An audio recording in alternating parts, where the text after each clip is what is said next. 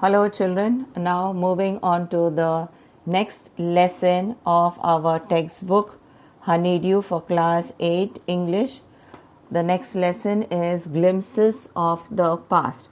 Now children, if you would have looked into the lesson, you would have seen that this lesson is displayed in a pictorial form, okay, like a comic strip. And so here they are describing to us with all their speech bubbles, whatever conversation or dialogues they're having in the bubbles, it is all mentioned there about each picture. And here they are giving us actually a short and precise description of the events that took place from 1757 to 1857. And here they are giving us a list of all the incidents that led to the widespread revolt known as the First War of Independence. Now, a major of this, what we are going to be reading now, you may have, learned as some of the lessons in your history about how India's struggle for freedom started in the initial years. So, introduction, it says that it provides a glimpse of how British East India Company expanded its power in India and exploited the local Indians, how they robbed landlords and farmers of their land, created situations that led to famines, and pushed patriots to launch widespread massacres. So how people were instigated. They brought the downfall of the landlords and the common farmers who were engaged in their daily livelihood, and how because of what all was prevailing here during that time, how certain category of people they revolted, and that led to the death of many people. Now in the first page, that was on page 36, you will have the martyrs. Now here it is, you will find two pictures where it is very clearly shown that it is a picture taken from a function that took place in Delhi. Lata Mangeshkar can be seen singing "Ye Mere Watan Ke Logo." Alongside her in the picture, you can see Indira Gandhi, Pandit Jawaharlal Nehru, and Lal Bahadur Shastri are also seen in the picture. Now, this picture is this song that was sung during this function was as a mark of respect to all the people who laid down their lives fighting for the independence of our country. And also another additional information is that when Lata Mangeshkar, a famous singer, she has sung songs in many languages. Also she has sung many songs in the Hindi film industry.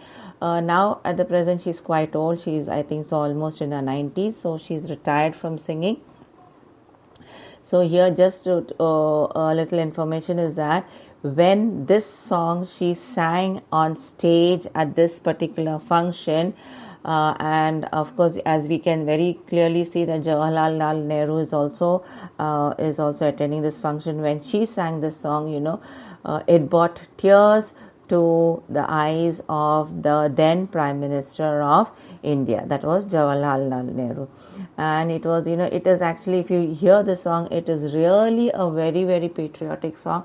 And actually when you hear the songs, this song, you are also taken into that mode of yes, and you think about all the people who laid down their lives for the freedom of our country, for achieving or for getting the freedom of our country. Then on page number 36, the part 2 is the company's conquest, that is from 1757 to 1849. So this year bears the mark of being an important year in Indian history. The company rule, also known as the Company Raj, refers to the British East India Company And it goes on to say how over they laid their claim over the parts of the Indian subcontinent. The East India Company was a private company owned by stockholders and reporting to the administration in London. The company came to India and set up a few factories at different places. Slowly and gradually, they began expanding and extending their dominance in India. One of the reasons they were able to do so is that they possessed superior weapons. Secondly, they took advantage of the prevailing disturbed circumstances among the Indian rulers. The Indian princes were short-sighted, which means that they only considered immediate benefits, but ignored its long-term consequences. So, they took help from the British merchants to be able to defeat their so-called neighboring or surrounding rivals. This helped the British East India Company in taking control from Indian rulers. The British adopted the divide and rule policy. Among all the short-sighted Indian rulers, there was one ruler of Mysore, that is Tipu Sultan, who understood their policy and fought against them. The Indians, however, had varied opinions and reaction. The first set of people were very happy with the Britishers because they thought peace could finally prevail. They thought it put an end to the war and looting by things. On the other hand, some people saw what was actually happening. They realized that they were now slaves of the Englishmen. Okay, so that was all what was displayed through the pictorial form on page number 37. Now, coming to the next page, that is page number 38, you have got the British rule, how they staked their claim from 1765 to 1836. Okay. Now, during these years led to the rise of widespread myths and taboos like untouchability, child marriage, inferiority of the women in society. Okay, our own and the people who were responsible for this was nobody but our very own religious leaders who taught everyone the idea of untouchability. They were not allowed to come near those who considered themselves superior, not allowed to go into temples and so on. So this was all that was preached by the religious leaders of our country. The religious leaders even preached that people who cross the seas will no longer belong to their religion.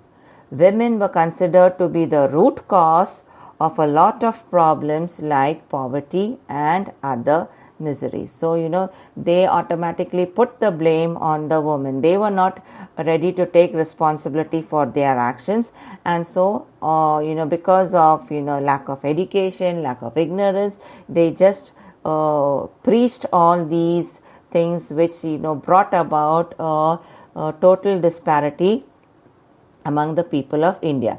Then the Britishers started looking down upon Indians. Naturally, when our religious leaders go on about, preaching about all this, untouchability and child marriage and all, the Britishers, they looked down upon Indians.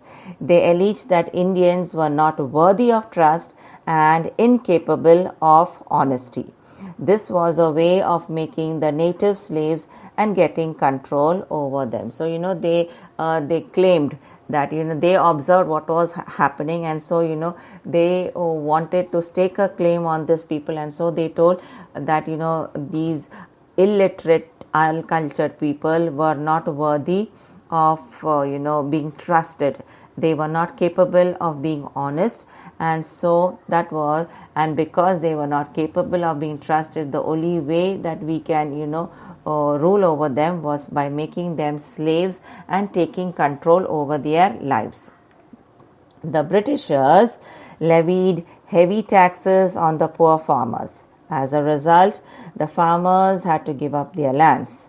They even threatened to imprison them if they did not clear their areas. The Britishers found ways to exploit the people and earn profits. Now, naturally, the Britishers who came here were all an educated lot, and they saw that the local Indian farmers and the landlords and the small stately princes and all could be easily manipulated, and so that was how they started influencing the people.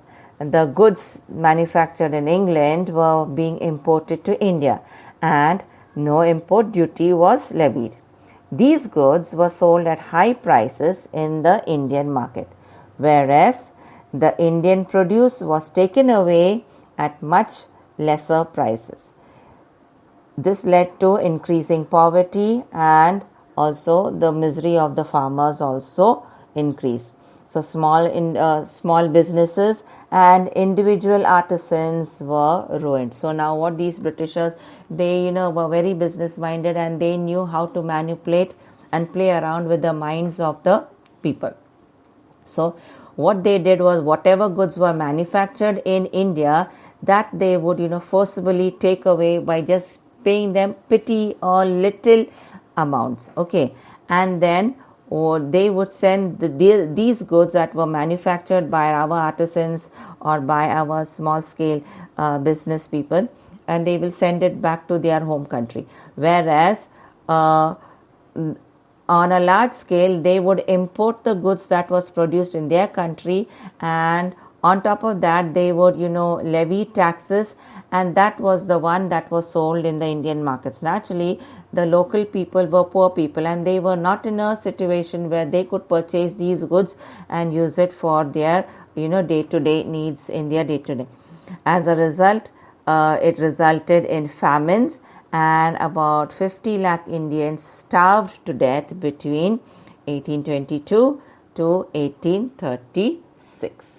So that was how the British rule affected the lives of the common Indian men during that period.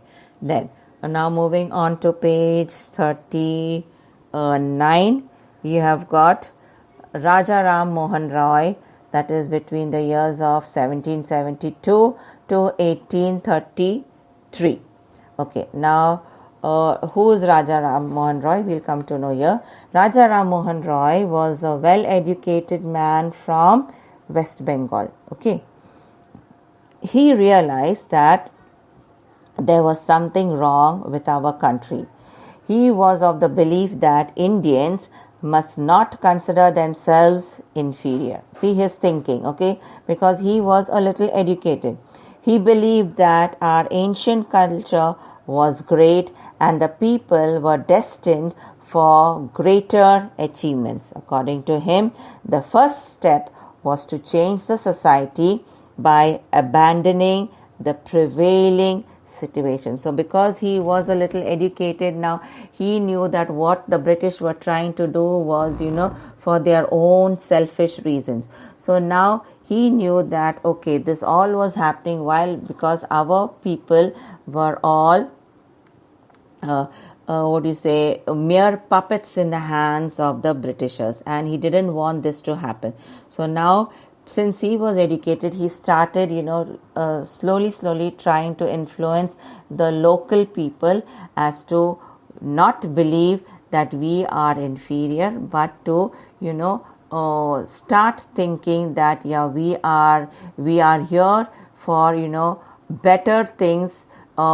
If we strive, we will surely achieve something better and make our life more better. Once, while having a conversation with his wife Uma, he called her, "Cows are of different colors." Sorry, no, he didn't call her, he told her. He was just having a casual conversation with his wife, and so he told her that cows are of different colors, but the color of their milk is the same. This means that different teachers might have different opinions, but the essence of each religion is the same. So he says that, okay, different religious teachers may go on, preaching and practicing this thing, but at the end of it is what, they are trying to, instill in us certain values which they want us to follow, which they want us to adopt in life, so that we may, better our lives, better our livelihood. He took keen interest in science and modern knowledge. According to him, knowledge should be practical and scientific, because he had a background in education, so he knew that his thinking was very different. So now he was slowly trying to influence the people about all this. He was inquisitive to know what made the Britishers so powerful, so he travelled to England. There he is known to tell Britishers that we as a nation accept their rule. In return, they must accept Indians as subjects and not forget their responsibility and duties towards their subjects. So he says that he was inquisitive in knowing that why is it that we are, the downtrodden lot, and why is it the white skin or the Britishers are ruling over us. So he made a trip to England, and there he went before the government, the local administrating government there, and he told that yes, we accept the presence of the Britishers in our land. That is no doubt, and we even accept their rule. But then they in return also should accept that yes, we are not their slaves, but we are their subjects, and it is their responsibility not to forget that even the subjects or the people who they have under them should not be oppressed and downtrodden, but they should take responsibility of trying to uplift them into the society. So children, I will stop my first video here. The remaining of the lesson I will continue in the second video. Thank you, children.